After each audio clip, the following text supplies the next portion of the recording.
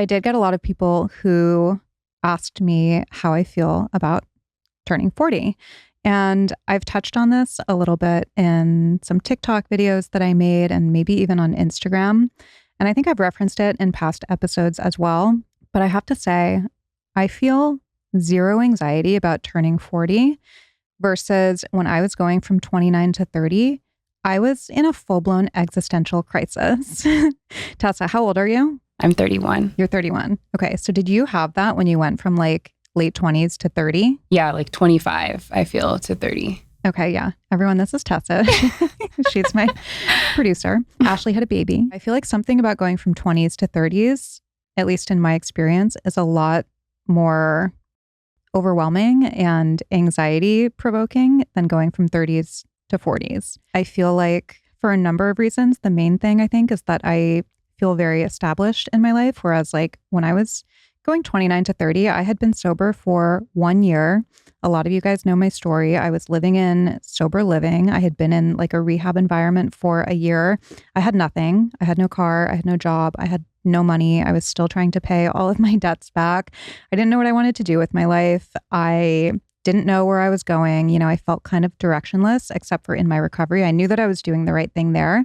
And everyone kept telling me that if I just do the next right thing, like everything will fall into place. But I felt like I had to have everything figured out. And I think that that is kind of the common thread, like going from 20s to 30s. You feel like you suddenly need to have your life together and know everything that you want to do and be married and start having kids. And like there's all this pressure. Whereas 40 just feels like, I don't know, I just don't have that perspective anymore. And I very much do still feel like I'm a work in progress. And some of those feelings that I had when I was 20s, like I feel like you never really feel like you have it all figured out, but you just care less when you're like 30s going to 40s. Also, as far as like aging goes, nobody likes the idea of aging. And obviously that's something that I've grappled with the last few years, especially after I had to stop getting Botox and all of that. And it's so different for women. We historically have been kind of discarded after like 35, and all of that is changing. And we have so many tools at our disposal. So I really feel good about it. I feel like I accomplished a lot in my 30s. I went through a lot in my 30s. When I turned 30, I think I was still single. I don't think that I had even met Chuck yet. I got married. I got divorced. I've like moved. I am building this house.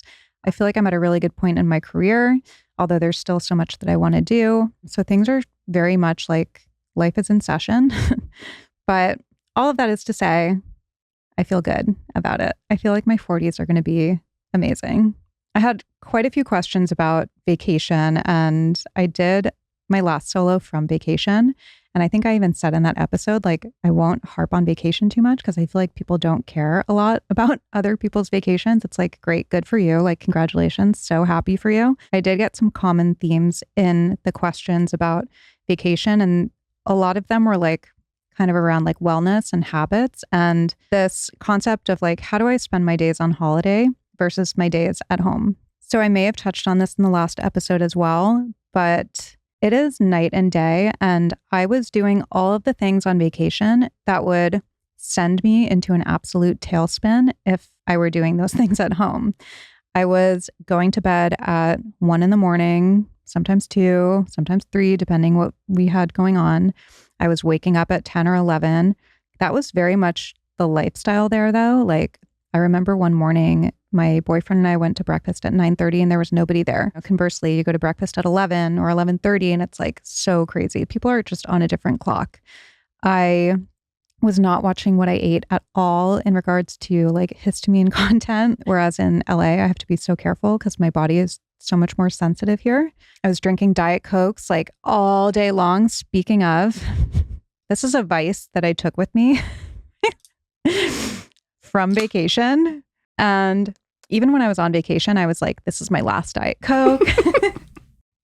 I was like making such a thing out of it. And then like we were on the flight home and the flight home was turned into a whole thing where I had been up for like 30 hours and I was unraveling like at the seams. And I was like, okay, I'm just going to have a Diet Coke now to like get me through and get me home, which was valid. Like I needed something to keep me going.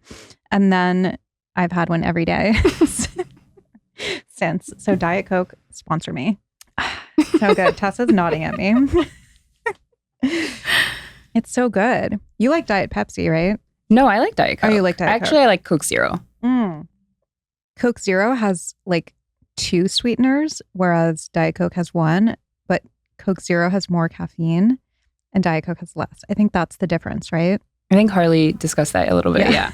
Usually at home, I have to be very on top of my wellness practices because I think it's not so much an LA thing. I think it's that this is home. So a lot of people talk about like feeling really off health wise when they're wherever they live, whether it's New York, LA, or any other place in between. And for a long time, I was like, I think I'm allergic to LA. I think what it is that wherever your home base is, at least for me, that's where like I associate all of my stress with because that's where I'm working. That's where like the day to day and the minutia, like that's where all of that is. So you take me out of that environment and I thrive. And it doesn't really have to do with where I am, although there is an argument, I think, for like certain places in Europe and the food quality and all of that and the quality of life. But I can go to New York City where it's like cortisol 24/7, same food that we have here in LA, and I feel great. So I think for me, it's really like the stress component. So when I'm home, I try to go to bed earlier. I try to get 8 hours. I try to wake up. I try to do some sort of meditation. I try to do some sort of movement. I have to be more cognizant about what I'm eating because with my histamine issues, it's like if my bucket is already full, then the littlest thing can tip me over the edge. Whereas when my bucket is empty, like when I'm traveling and I'm not stressed out, I can fill that bucket with like things that would normally be triggering for me. So to answer that question concisely, days on holiday versus days at home, completely different. We were in so many different places. Every day was different, but for the most part, it was like breakfast at 11:30, 11:30, either explore or spend time at the beach, spend time in the water, dinner at 9 or 10 o'clock, sometimes go out after. Like we just were on a totally different schedule.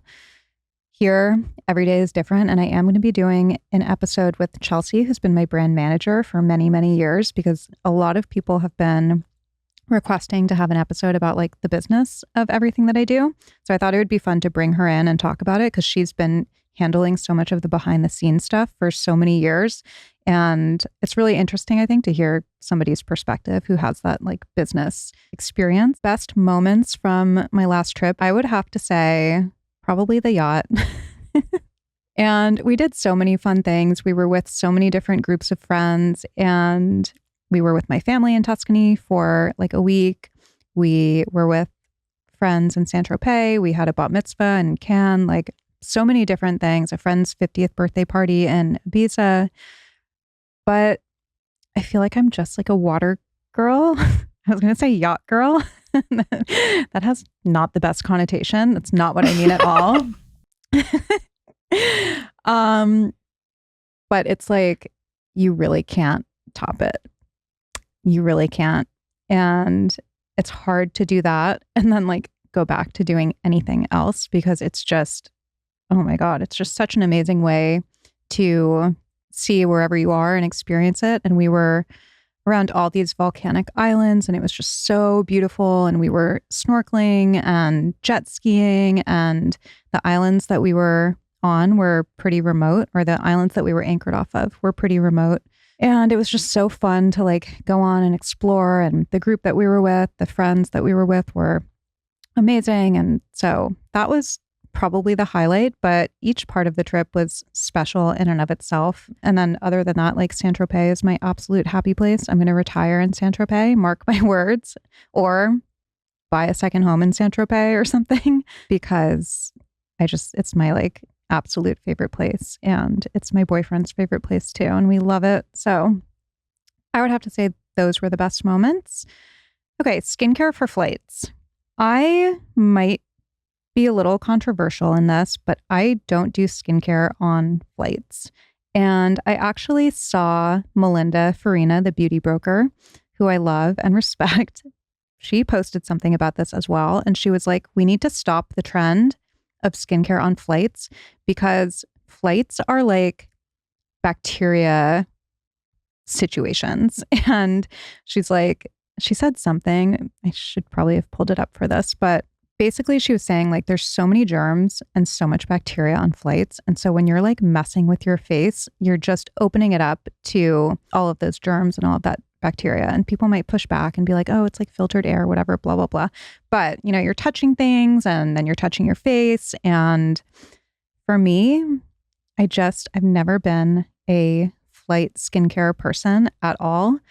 The only thing that I really make sure that I do is I carry a hydrating spritz because you get so dry, especially on super long flights. So I always bring my Allies of Skin probiotic mist. It's like my hack for a dewy glow. And then it's also my hack for when I'm traveling to keep my skin super hydrated. And I really think that that's all you need. And I mean, I get it. Like you want to do the masks and you want to be extra about it. And if you want to do your skincare on the flight, I totally understand. I just don't think that it's like absolutely necessary, especially if you're going into the flight with clean skin. If you're wearing makeup and you're on a super long flight, then yes, take the makeup off and then maybe just do like a simple moisturizer or something like in the bathroom and then go back and like don't touch your face. That's my philosophy.